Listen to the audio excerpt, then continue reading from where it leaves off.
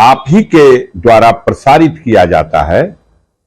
देश की सर्वोत्तम कानून व्यवस्था उत्तर प्रदेश में है, परिंदा पर नहीं मार सकता।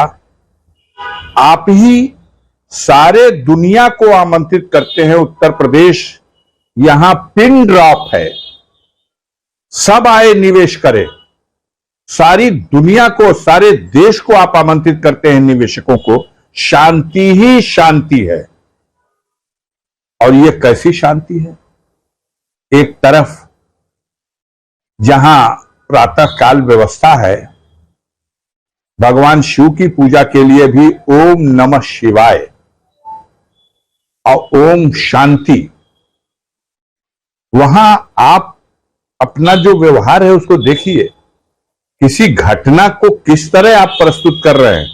क्या आप ओम शांति का जो श्लोक उच्चारण कर रहे हैं, कितना उसमें ठीक उसका उल्टा विरोधाभास है।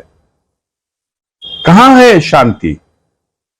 सारी दुनिया आए निवेश करे। क्या है वो माहौल उत्तर प्रदेश में? क्या यही वो देश की सबसे सर्वोत्तम और उत्तम कानून व्यवस्था है? अगर है तो आप बाजा बजाओ। देश की जनता इस व्यवस्था चलाने वालों का 2024 में बाजा बजा देगी। मैंने आपने एक गुहार लगाई थी न्यायालय से कि आपके छोटे भाई को खतरा है, उसी जेल में वो तीनों शूटर थे। देखिए, कई बार ये बात कही जा रही है। कल आज तक के आप ही के चैनल के दिल्ली के एक पत्रकार ने मुझको फोन करके कहा था। कल पटना के भी पत्रकार एक दो लोग आए थे, कल या परसों। लखनऊ से कई सज्जन आए।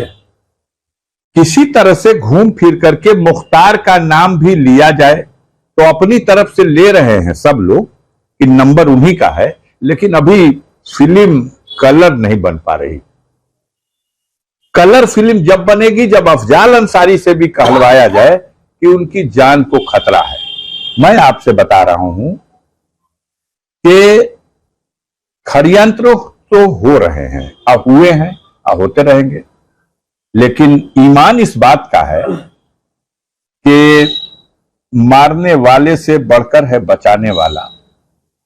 और दिन जब तय हो जाएगा तो घटनाक्रम सपने में भी किसी ने न सोचा रहा हो, घट गया। अनहोनी है जो घटना हुई उनके साथ। लेकिन अगर इसकी निष्पक्ष जांच होगी तो आप भी हो, मैं भी हूं। ये सारी स्क्रिप्ट सब पहले से तैयार थी। इतने शानदार वो वेपन जो मिले और वो तीन ही मारे हैं। हमें तो कोई बता रहा था कि 5 लोग शूट किए, 3 के लिए ये भूमिका थी, जैसे सबके काम बांटे गए थे।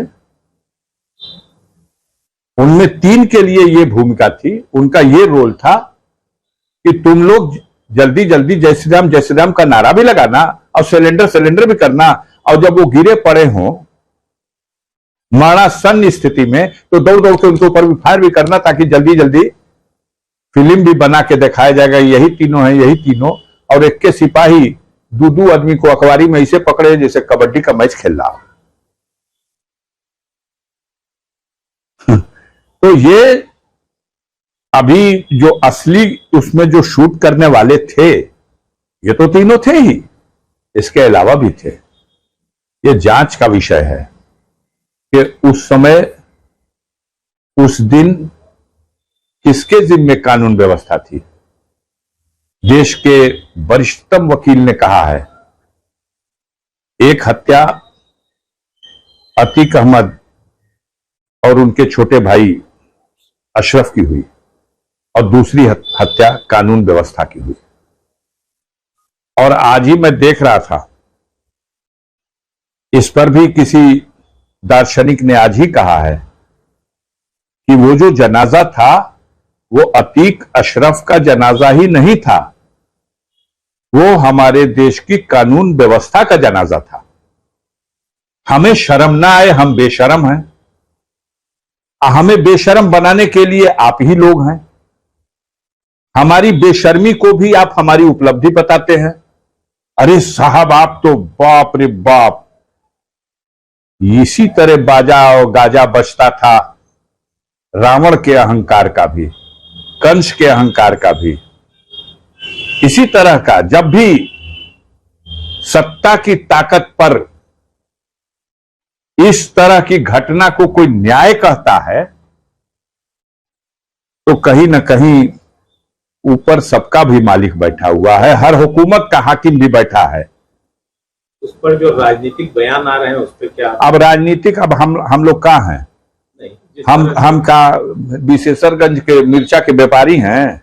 आप हमसे पूछेंगे तो हम बयान देंगे तो कहिएगा राजनीतिक बयान आ रहा, फिर कहिएगा भड़क गए थे, फिर कहिएगा अड़क गए थे। अब तो जुमले आपके हैं। राजनीतिक व्यक्ति से आप पूछ रहे हैं तो बयान किसका आएगा? किसी का बयान नहीं आ रहा।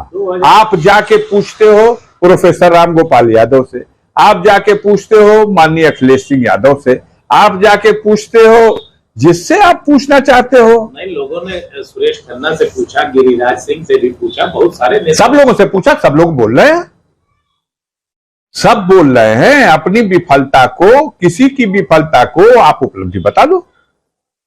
आप ही तो आंकलन कर रहे हो कि इसका फायदा मिलेगा कि नहीं।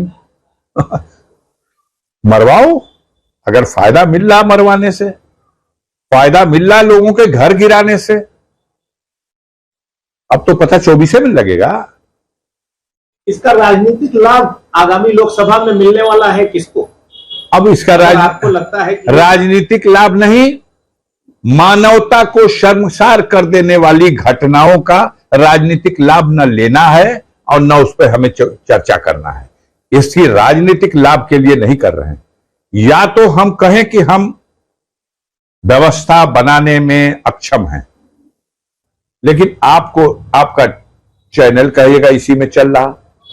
आप जब तक हेडिंग नहीं लगाएंगे कि अगला नंबर मुख्तार का, मैंने कल एक पत्रकार बंधु से कहा था, यह बात आपने हमसे पूछी धमकाने के लिए, या ये बात आपने पूछी कि किसी की कांस्पिरेसी में आप सम्मिलित है इसलिए आपको पता है, या ये बात आपने हमसे कही इसलिए कि अमुक व्यक्ति ने हमको ऐसा करने के लिए बताया है? तो आप बताइए। नहीं, हम कुछ नहीं ऐसा। तो ऐसा नहीं तो ऐसा सवाल क्यों? ऐसा सवाल क्यों? तो उस दिन तो सांसद जी, उस दिन तो मीडिया बाइट ले रही थी और मतलब उस दिन तो मीडिया ने जोखिम में डालकर वो चीज कवर की। जोखिम में डाल के नहीं कवर की। मीडिया षड्यंत्र का हिस्सा हो सकती है, सब मीडिया नहीं हो सकता है, लेकिन मीडिया के भेष में कौन है आप? आज मेरा मानना है भेष बदल करके कालमैनी भी आया था, अब भेष बदल करके रावण भी आया था सीता मैया का हरण करने। तो मीडिया के भेष में समाज में अच्छे बुरे सब होते हैं। समाज में अच्छे बुरे नहीं होते हैं। मीडिया का तो भैया मैं कह रहा हूं, देश की जनता के दिल में अगर पूछ दीजिएगा तो आपकी मानसिकता के लोग तो जो खुशी मना लें। आम आदमी मीडिया के बारे में बहुत ही बुरी राय कायम कर रहा है, बहुत ही बुरी। क्यों कायम कर रहा है?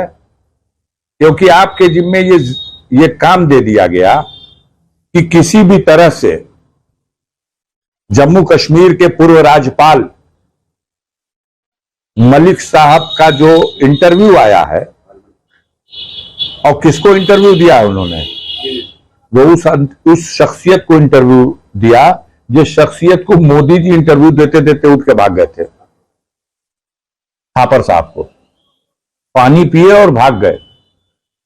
और मलिक का वो बयान जिसमें 2019 में पुलवामा की वो घटना जिसने देश को हिला दिया और मातृभूमि के 40 से अधिक वीर सपूत जिस घटना में जिनका बलिदान हो गया, उस घटना का रहस्य पर पर्दा उठता जा रहा और बहस इस पे रोकी गई है। जवाब भी नहीं आ रहा क्योंकि बहस बढ़ाई जाएगी तो उसके पेट में अभी बहुत कुछ है। ये वहीं का एलजी था, उसे मालूम है कि 5 जहाज मांगा गया था, उसे मालूम है कि 5 जहाज में अगर उड़ के चले गए होते देश के सैनिक तो समय भी कम लगता, जोखिम भी नहीं होता। लेकिन 5 जहाज नहीं दिया गया। उसने देश के राष्ट्रीय सुरक्षा सलाहकार का नाम लेके कुछ कहा है। बचा क्या है? उसने प्रश्न किया है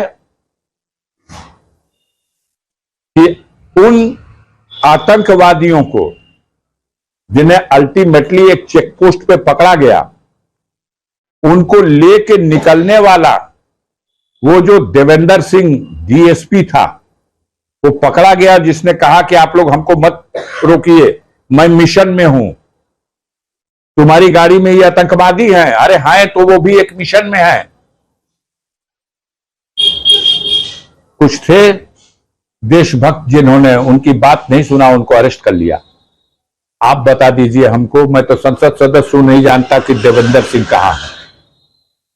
आप पत्रकार हो, आज तक के बता दो देवेंद्र सिंह का क्या हुआ।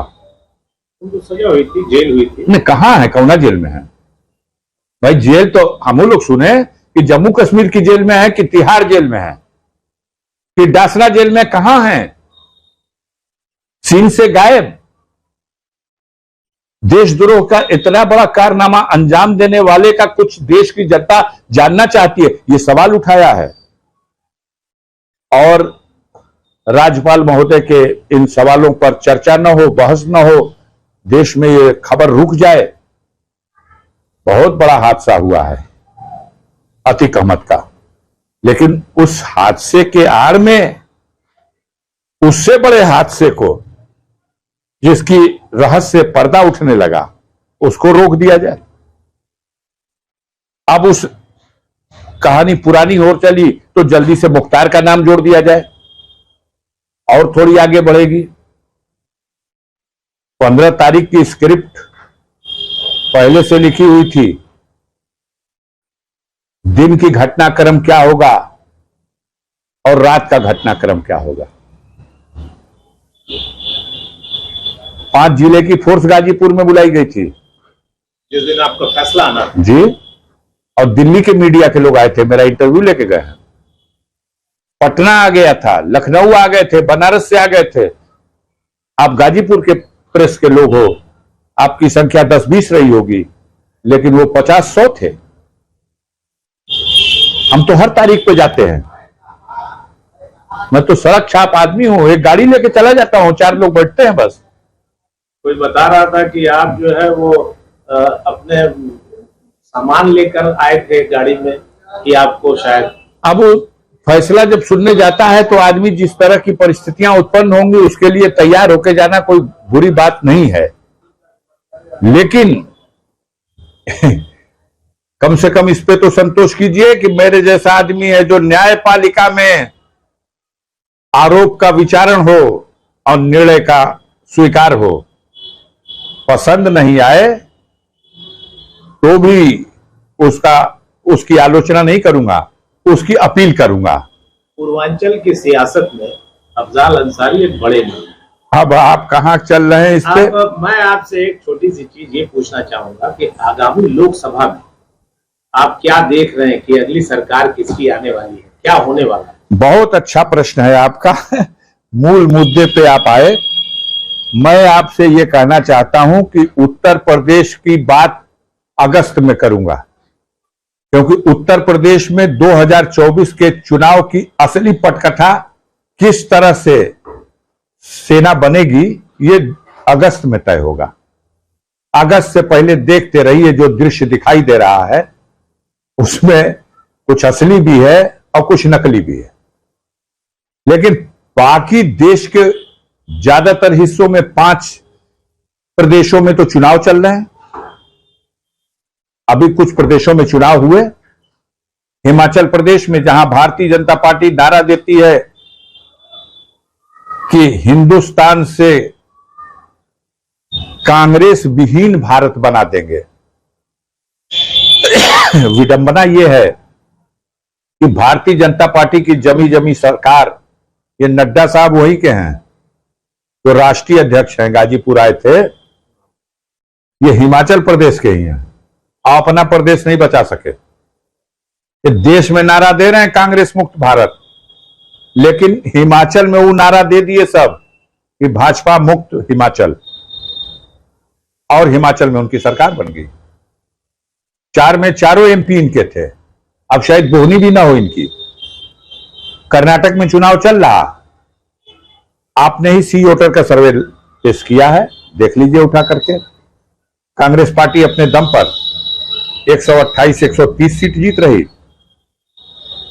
जेडीएस अलग से 20 से 30 सीट जीत रही, और भारतीय जनता पार्टी के औकात 62 से लेकर और 75 के बीच आपके सर्वे में। असलियत तो इससे भयंकर है। वो कर्नाटक जहां 28 सीटें हैं लोकसभा की, जिसमें 26 सीट अकेले मोदी जी के कैंप में थी, उसी तरह की परिस्थितियां राजस्थान में हैं। 25 सीटें पार्लियामेंट की हैं वहां, इस साल चुनाव हो रहा। 25 में 25 भाजपा की थी।